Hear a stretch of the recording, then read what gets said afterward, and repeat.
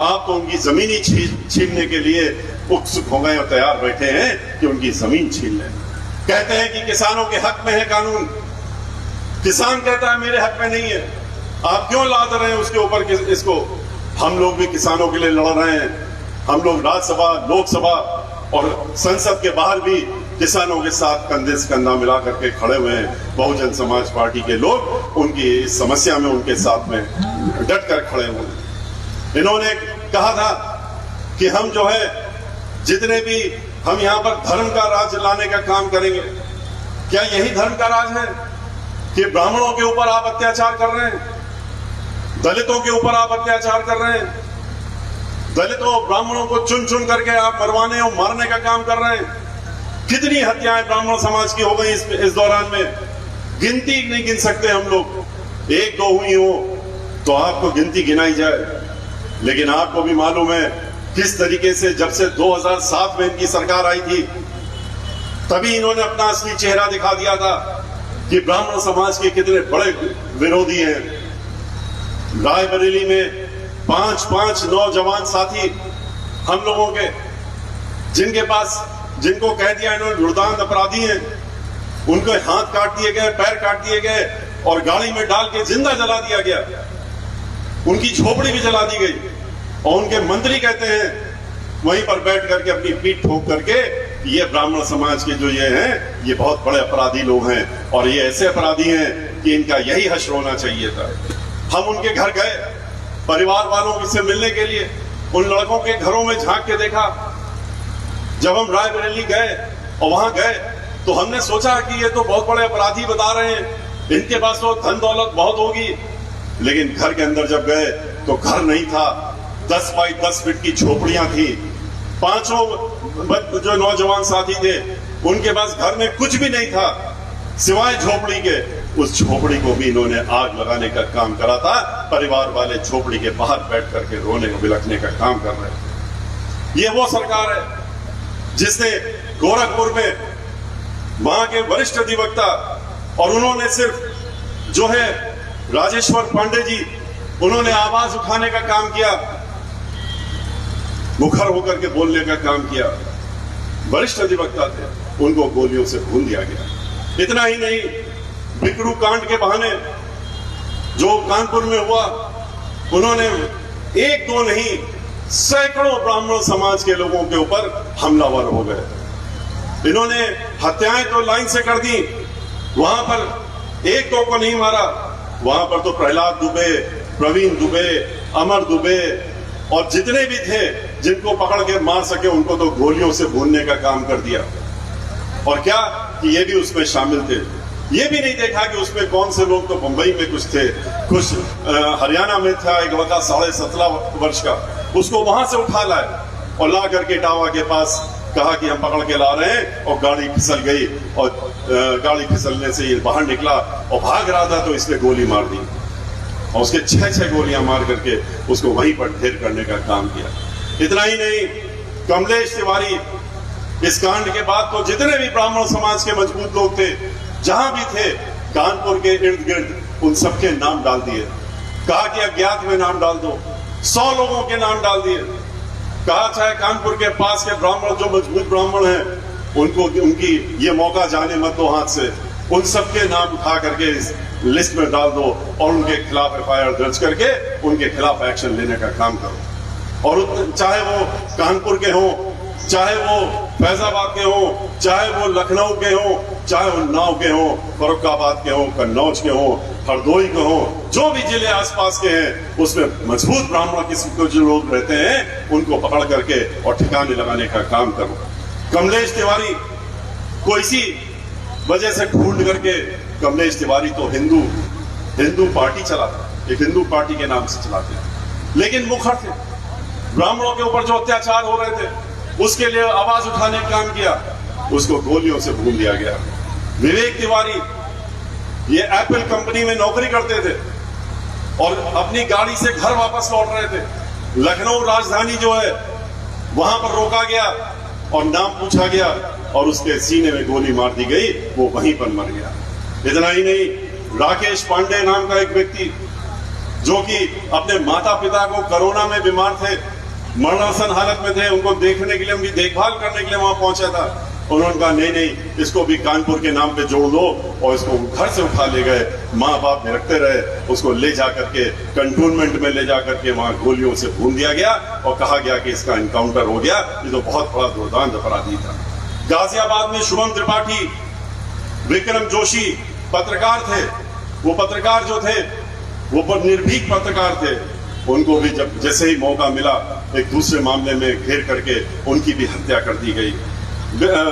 इसके साथ साथ में लखनऊ में शिशिर त्रिपाठी नाम के एक वकील जो वकालत करते थे, वकालत के पेशे से थे और बहुत ही मजबूत और मुखर व्यक्ति थे, उनको भी गोलियों से भून दिया गया, उनकी भी हत्या हो गई, उनको भी मार दिया गया। इतना ही नहीं, जहां पर आज हम खड़े होकर के बोल रहे हैं, यहाँ पर थाना लालगंज और 12 दिसंबर को ग्राम बागी 3 चचेरे भाइयों की हत्या हो जाती है, उनकी आंख निकाल ली जाती है, उनकी हत्या कर दी जाती है। श्री हरिओम तिवारी जो मुन्ना तिवारी के लड़के थे, शिवम तिवारी राकेश तिवारी के, और सुधांशु तिवारी राजेश तिवारी जी के, और इनकी जब हत्या हो जाती है तो पूरा ये जिला आक्रोशित हो जाता है। आर्मी में एक रिटायर्ड कर्नल और आर्मी में दूसरे जो वर्तमान में काम कर रहे थे, उनके ये पुत्र और भतीजे ये लड़के थे जिनकी यहाँ पर हत्या हो जाती है। उसके बाद क्या होता है, पुलिस के पास जाते हैं, थाने में जाते हैं, हर जगह जाते हैं, मुख्यमंत्री को तक पहुंचते हैं और दिलासा दिया जाता है। इन्होंने कहा कि सीबीआई की जांच करा दीजिए, खुलासा हो जाए कि इसके पीछे किसका हाथ है। हमारे साथ में वो लोग आज यहाँ मंच पर भी मौजूद हैं, उनके परिवार के लोग, उनके पिता और हमसे अभी मिले भी थे, और हमें इतना अफसोस हुआ, हम इनकी कोई मदद इस समय सिवाय इसके कि जो विश्वास दिलाया था और भरोसा दिलाया था सरकार ने, कहा था कि नहीं हमको इनकी सीबीआई जांच करा देंगे और जो दोषी उनको जल्दी ढूंढ लेंगे। लेकिन क्या हुआ, इस सरकार में तो सिर्फ वादे होते हैं, वादा खिलाफी करने के इनका शौक है कि वादा करो और उसके बाद वादा खिलाफी करो। इसी तरह से इन लोगों को भी धोखे में रखा। अब ये उच्च न्यायालय गए हैं, उच्च न्यायालय में इनका केस चल रहा कि सीबीआई की जांच हो। इनकी पूरी मदद जो हम लोगों से बन सकती होगी और हम अपने साथियों के साथ में इनकी मदद करने का काम करेंगे। इतना ही नहीं, कानपुर के बिकरू कांड को लेकर के हद तो इन्होंने तब पार कर दी जबकि एक 16.5 साल की लड़की खुशी दुबे 16.5 साल की लड़की, पहले तिवारी थी, बाद में दुबे हो गई, शादी हो गई। 29 और 30 जून को शादी होती है। 1 जुलाई पहला दिन उसका घर में, मेहंदी भी नहीं उसकी अभी सूखी थी, और उसको 2 तारीख को किस्सा हो जाता है, बिकरू कांड होता है। उसको घर से उठा ले गए, पहले अज्ञात स्थान पे रखा 7 दिनों तक, कहां ले गए किसी को नहीं पता, क्या किया किसी को नहीं पता। जब ये शोरगुल मचा कि वो नवविवाहिता लड़की जो थी वो कहां गई, तब ये हुआ कि उसको थाने में ले जा करके और फिर उसको बंद करने का काम किया, फिर जेल में भेज दिया। 3 महीने तो वयस्क लोगों के जेल में रखा। फिर जब बोर्ड ने, जुवेनाइल बोर्ड, उसने कहा कि ये तो नाबालिग है, इसको आप इन लोगों के साथ में नहीं रख सकते, तब उसको रिमांड होम में भेज दिया, बाराबंकी में, जहां 48 बच्चियां 2 कमरों में रखी गई बंद करके, वहीं पर उसको भी रख दिया गया। उसकी इतनी तबीयत खराब हो गई कोरोना के दौरान की मरणासन हो गई थी, उसके पैरोल के लिए लिखा गया, लेकिन डॉक्टरों ने कहा कि इसकी पैरोल हो जाए, इसका इलाज हो सके।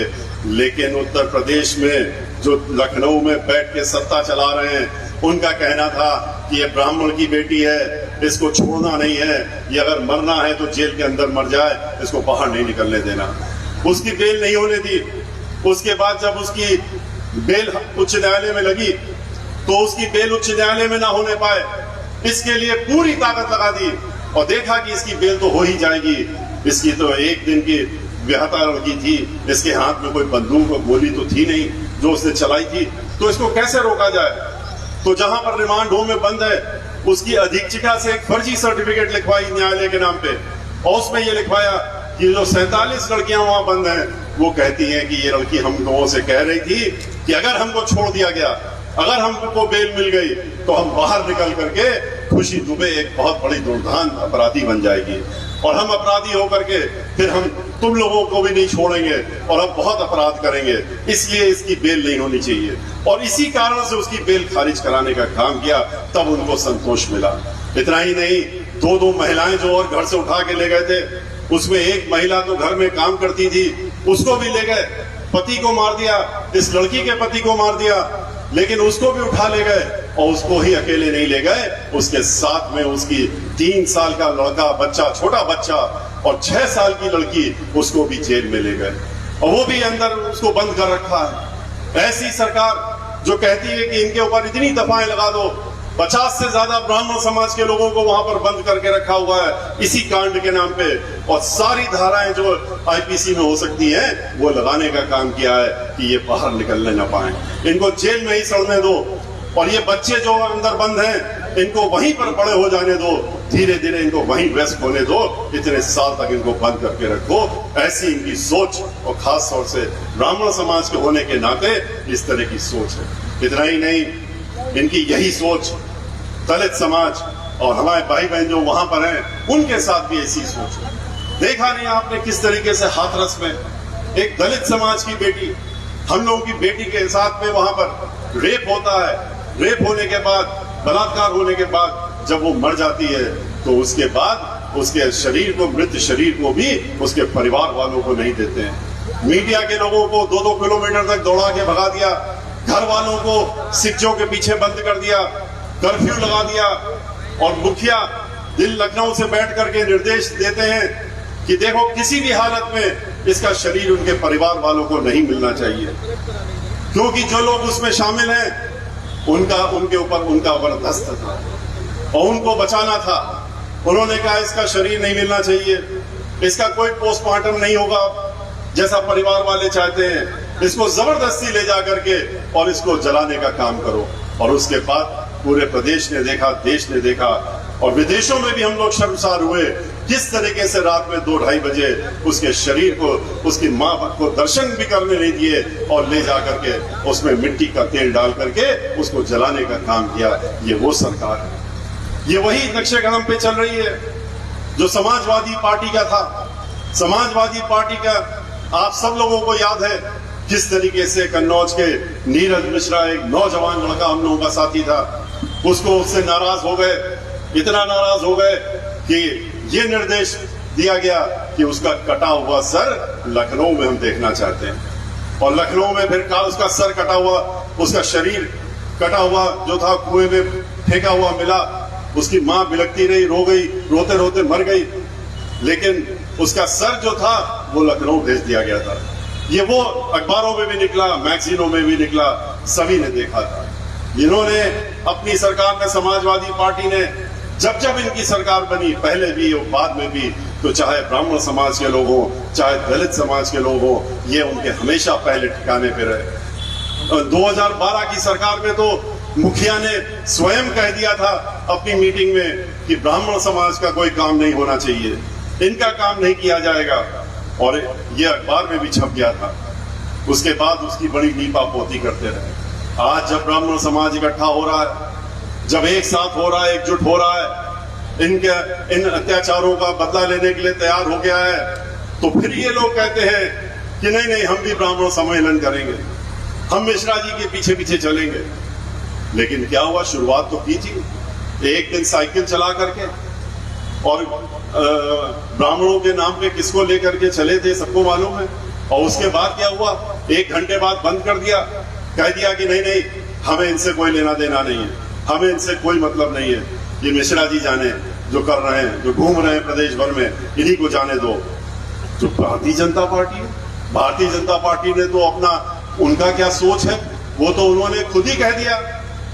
उनके प्रवक्ता 4 बार के एमएलए रहे, हर पोस्ट पे, बड़ी बड़ी पोस्टों पे रहे भारतीय जनता पार्टी की।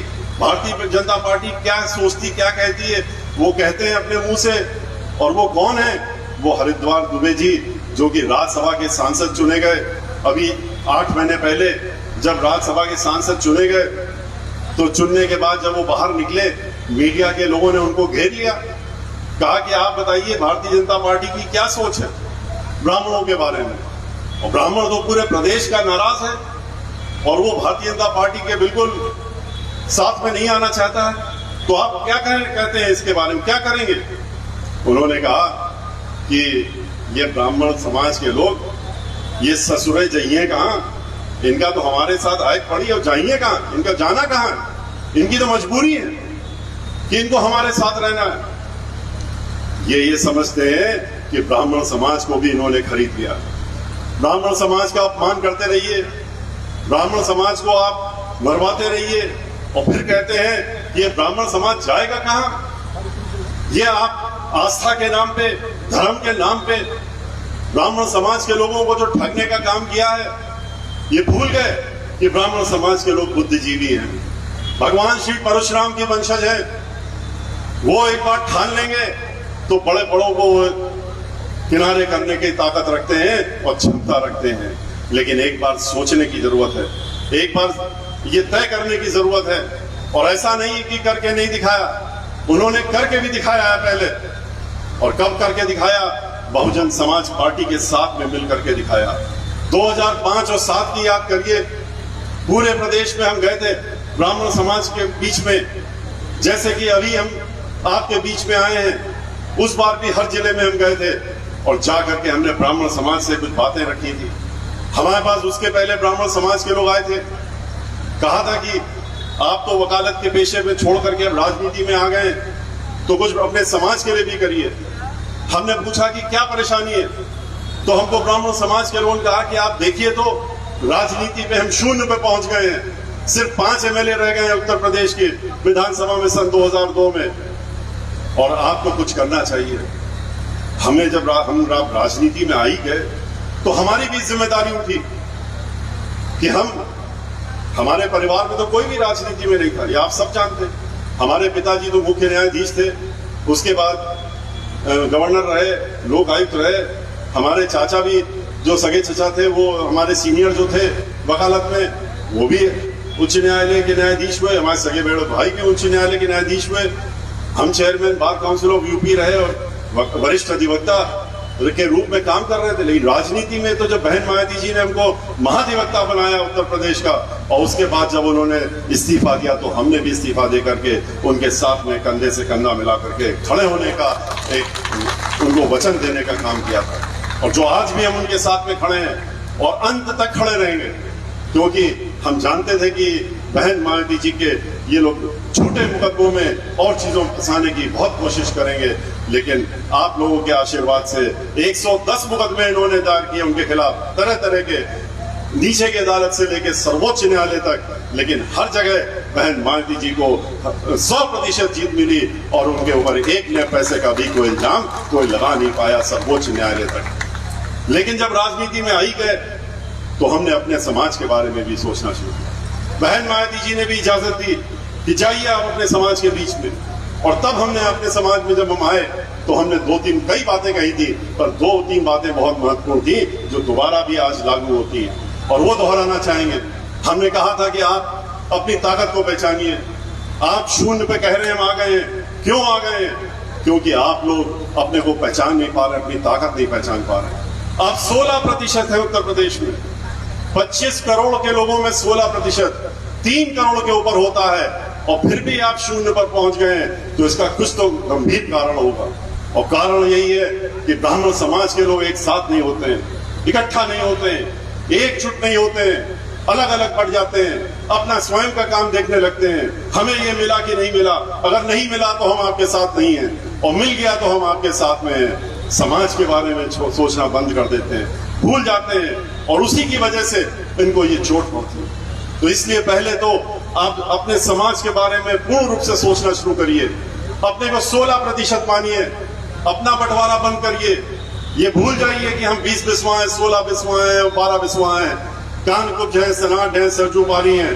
आप अपने आप को ब्राह्मण के नाम से जानिए। जिस दिन ब्राह्मण के नाम से जानेंगे तो आप 16% हो जाएंगे और 3 करोड़ की संख्या में हो जाएंगे, और आप सब पर भारी पड़ने की ताकत रखने का काम करेंगे। लेकिन एक बात हमने और कही थी कि ये गलतफहमी भी ना हो जाए और होनी नहीं चाहिए, क्योंकि आप तो बुद्धिजीवी हैं, और बुद्धिजीवी हैं तो बुद्धि का इस्तेमाल जरूर करेंगे। क्योंकि 16% से एक भी सीट उत्तर प्रदेश में जीती नहीं जा सकती। सब इकट्ठा हो जाएं तब भी नहीं जीत सकते। उसके लिए आपको 30% से ऊपर जाने की जरूरत पड़ेगी। और इसीलिए हमने कहा था कि भाईचारा बनाइए। जब भाईचारा बनाएंगे आप किसके साथ बनाइए? आप दलित समाज के भाई बहन जो 23% हैं उनके साथ में भाईचारा बनाइए। उनके साथ में अति पिछड़ा और पिछड़ा वर्ग और अल्पसंख्यक वर्ग पहले से जुड़ा हुआ है। जब आप उनके साथ भाईचारा बनाएंगे तो सिर्फ 23% और 16% मिलकर के ही 40 के करीब पहुंच जाएंगे और हर सीट पर भारी ठानने का काम करेंगे। आप लोग इकट्ठा हुए, एक साथ हुए, एकजुट हुए, हमारा साथ देने का काम किया। और फिर 9 जून 2005 को आपने अपनी ताकत बहन मायावती जी को भी दिखाने का काम किया। जब हमने 9 जून 2005 को 48 डिग्री टेम्परेचर में वहां पर सभा की थी, ब्राह्मण समाज वहां इकट्ठा हुआ था। हमारे साथ में सभी लोग जितने मंच पर बैठे हैं, चाहे नकुल दुबे जी हो, रघुनाथ मिश्रा जी हो, राम शिरोमणि शुक्ला जी हो और लोग हो, ये सब वहां उस समय मौजूद थे। और बहन मायावती जी मुख्य अतिथि के रूप में थी। हमने जब उनको गणेश जी की प्रतिमा दी और 5 लाख से ज्यादा जो ब्राह्मण समाज के लोग आए थे, 11,000 से ज्यादा लोगों ने आके शंखनाद करके उनका स्वागत किया था। तो हमने जब उनको गणेश जी की प्रतिमा दी थी, वो हाथ में लेकर गई माइक पे, और उन्होंने जो पहले शब्द बोले थे उन्होंने यही कहा था, हाथी नहीं गणेश है, ब्रह्मा विष्णु महेश है। और ये कहकर के उन्होंने अपनी बात शुरू की। ब्राह्मण समाज की तैयारी को देख करके अपनी पार्टी का उन्होंने पुराना नारा जो कई वर्षों से चला आ रहा था, जिसकी जितनी संख्या भारी उतनी उसकी हिस्सेदारी, उस नारे को बदलने का काम किया। और उन्होंने कहा जिसकी जितनी तैयारी उतनी उसकी हिस्सेदारी। और उसके बाद ब्राह्मण समाज को बढ़ चढ़ करके जहां 40 सीटों पर चुनाव लड़ाया था, 85 सीटों पर चुनाव लड़ाने का काम किया। और 85 में से 45 लोग ब्राह्मण समाज के चुन करके विधानसभा में गए, जहां पहले सिर्फ 3 थे। 3 लोग तो आपके बीच में सामने ही बैठे हुए हैं, श्री राम शिरोमणि शुक्ला जी, श्री रघुनाथ मिश्रा जी, श्री नकुल दुबे जी। और उन्होंने फिर 1-2 नहीं, उन्होंने कई मंत्रालय, 15 कैबिनेट मंत्रालय, 15 लोगों को ब्राह्मण समाज के उन्होंने कैबिनेट मंत्री और बड़े मंत्रालय देने का काम किया। उनको ब्राह्मण समाज को मंत्रालय देकर सम्मान देने का काम किया। उन्होंने 15 से ज्यादा MLC बनाए ब्राह्मण समाज के। विधान परिषद का अध्यक्ष ब्राह्मण समाज का बनाया। पहला महाधिवक्ता और advocate general, additional advocate general, chief secretary, DGP सब ब्राह्मण समाज का उन्होंने बनाने का काम किया। और 5000 से ज्यादा सरकारी वकील उच्च न्यायालय से लेके और जिला अदालत तक उन्होंने ब्राह्मण समाज के उन्होंने बनाने का काम किया। और उनका वजीफा भी जो था, जो मिलता था मंथली, उसको उन्होंने बढ़ा करके 10 गुना सम्मानजनक बनाने का काम किया बहन मायावती जी ने। आधा दर्जन लोगों को लोकसभा में भेजा, वहां पर हमको राज्यसभा में नेता बनाया, लोकसभा में भी उन्होंने उपनेता ब्राह्मण समाज का बनाने का काम किया। और अब तो उन्होंने आज के रोज तो राकेश पांडे जी को बना करके लोकसभा में ब्राह्मण समाज के एक व्यक्ति को लोकसभा में भी अपना नेता बनाने का काम किया है। हमें 17 वर्षों से राज्यसभा में बना के रखा है और वहां पर लोकसभा में राकेश पांडे को बनाने का काम किया। उन्होंने ब्राह्मण समाज का जितना हमने भी नहीं सोचा था, सर्व समाज का वो कर रहे थे। उन्होंने हर समाज का, जितने भी समाज के लोग हैं, सबको उन्होंने उचित स्थान देने का काम किया। अकेले ब्राह्मण समाज को नहीं दिया, लेकिन ब्राह्मण समाज को पीछे नहीं रहने दिया। ब्राह्मण समाज को भी उन्होंने आगे की पंक्ति में रखने का काम करके और उनका मान सम्मान स्वाभिमान लौटाने का काम किया। ब्राह्मण समाज के जो आस्था इन लोगों की तरह नहीं कि खाली ये रुपया लेते हैं, नोट लेते हैं, वोट लेते हैं और उसके बाद चोट करते हैं। बहुजन समाज पार्टी की जब सरकार थी, बगैर ढोल बजाए, बगैर हल्ला किए, उन्होंने जो भी स्थान जो हम लोगों के धर्म से जुड़े हुए आस्था के स्थान है, चाहे वो वृंदावन हो, वृंदावन में 550 करोड़ रुपए खर्च करके समग्र विकास करने का काम किया। अयोध्या की तरह नहीं, आप जाइए वृंदावन में देख करके आइए। 10 साल पहले काम हुए थे, 12 साल पहले, लेकिन आज भी वो काम आपको सामने दिखेंगे।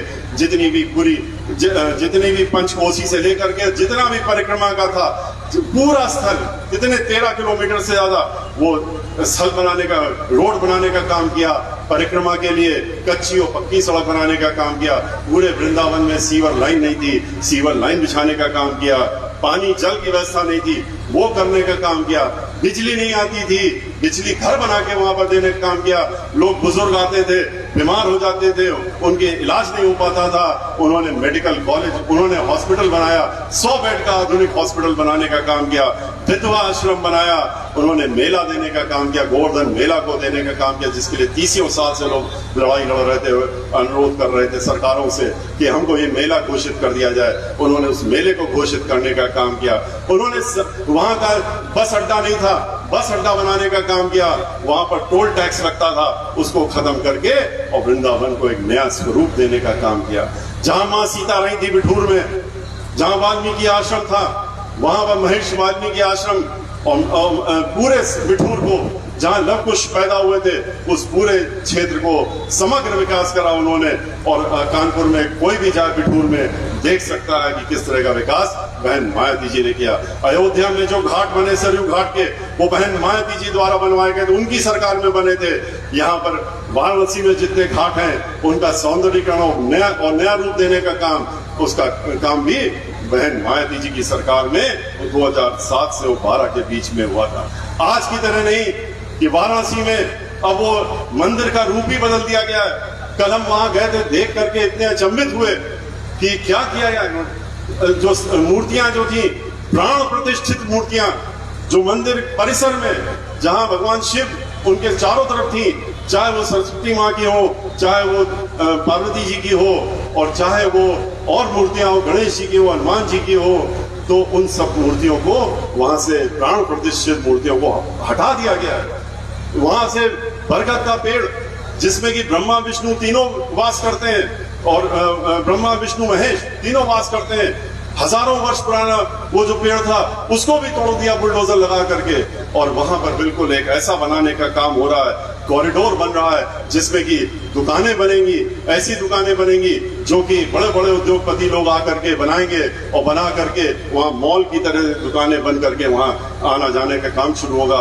गंगा नदी को ही पाट दिया, जहां मणिकर्णिका घाट, जहां पर कि 24 घंटे लोगों का देह जलता है, और वहां पर एक ऐसी घाट खाली पूरे अकेली वही है जहां पर ये नहीं होता कि सूर्यास्त के बाद शवदाह नहीं हो सकता।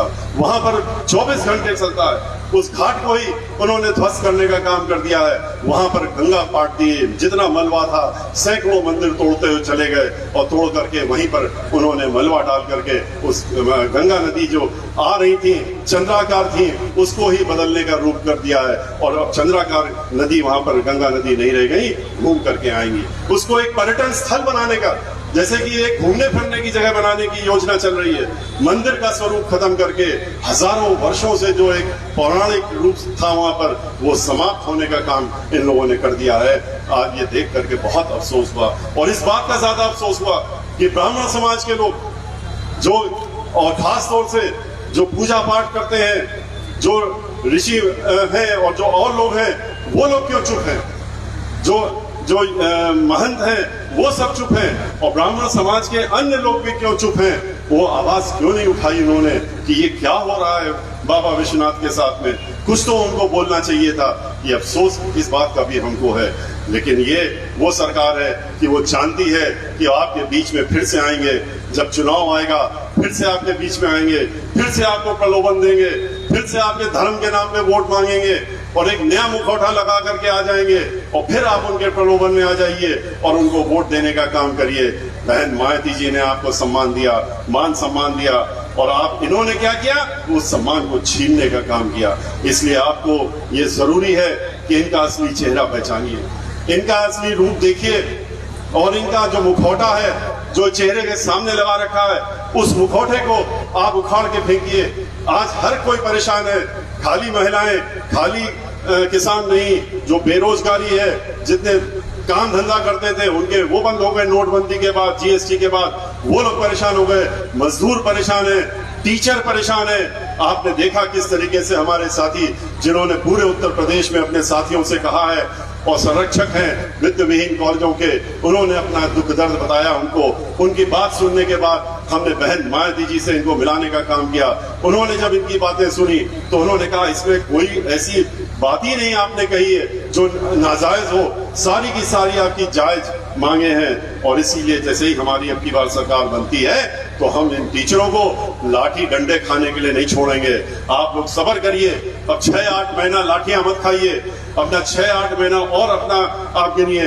और उसके बाद रंगनाथ मिश्रा जी ने बताया कि जब पहले सरकार थी तो जो कुछ डिमांडें थी वो पूरी की गई, लेकिन जो अब बची हैं वो बहुत ही महत्वपूर्ण इनकी डिमांडें हैं। इनके मानदेय के बारे में, इनकी नियमावली के बारे में, इन सब चीजों के बारे में। और इसको जरूर हमारी जब सरकार आएगी तो हम लोग उसको पूरा करने का काम करेंगे। और इतना ही नहीं, जो संस्कृत के विद्यालय जो 1500 सरकारी जो मान्यता प्राप्त और सरकारी धन से चलते थे उसको भी बंद करने का काम कर दिया। आधे संस्कृत विद्यालय बंद हो गए, अब आधे रह गए, चाहे वो महाविद्यालय हो चाहे विद्यालय हो। जैसा रंगनाथ मिश्रा जी कह रहे थे, वहां टीचर की नियुक्ति नहीं हो रही है, उनको पैसा नहीं दिया जा रहा है। जब वहां टीचर नहीं होगा तो वहां पर विद्यार्थी कहां से होगा? जब विद्यार्थी नहीं होगा तो ये वेद पुराण के पठन पाठन कौन करेगा और कौन सिखाएगा? जब आगे चल करके वेद और पुराण के पठन पाठन करने वाले नहीं होंगे तो इस देश से संस्कृति, जो इस देश की संस्कृति है वही खत्म हो जाएगी। और संस्कृति के साथ साथ में सनातन धर्म भी खत्म हो जाएगा। आज इन लोगों ने मंदिरों पे कब्जा करना शुरू कर दिया है, मंदिरों पे टैक्स लगाना शुरू कर दिया है, घाटों पे जो लोग वहां पर पूजा पाठ कराते हैं उनसे टैक्स की वसूली होने लगी है। वाराणसी के लोग मिले हमसे कि हम लोगों से भी कह रहे हैं कि टैक्स देना पड़ेगा, और अगर पूजा कराते हो किसी से तो टैक्स दो हमको। इस तरह की पद्धति करने का, सोचने का काम सिर्फ भारतीय जनता पार्टी या समाजवादी पार्टी कर सकती है, कोई अन्य नहीं कर सकता। इसलिए आप लोगों से हमारा अनुरोध है कि इन सब बातों को गंभीरता से आप ध्यान में रखिए और इसको सोचिए, मनन करिए और ये संकल्प लीजिए और ये संकल्प लेकर के यहाँ से जाइए कि इन बातों को हम यहीं पर छोड़ के नहीं जाएंगे। इन बातों को अपने समाज में जा करके हम गांव-गांव पहुंचाने का काम करेंगे, घर-घर पहुंचाने का काम करेंगे और उनको इनका असली चेहरा बताने का काम करेंगे। और अब की बार जब ये आपके बीच में आएंगे तो ये संकल्प लीजिए कि इनका मुखौटा हम उखाड़ देंगे और मुखौटा उखाड़ के मुखौटे के पीछे जो असली चेहरा है वो सबको दिखाने का काम करेंगे।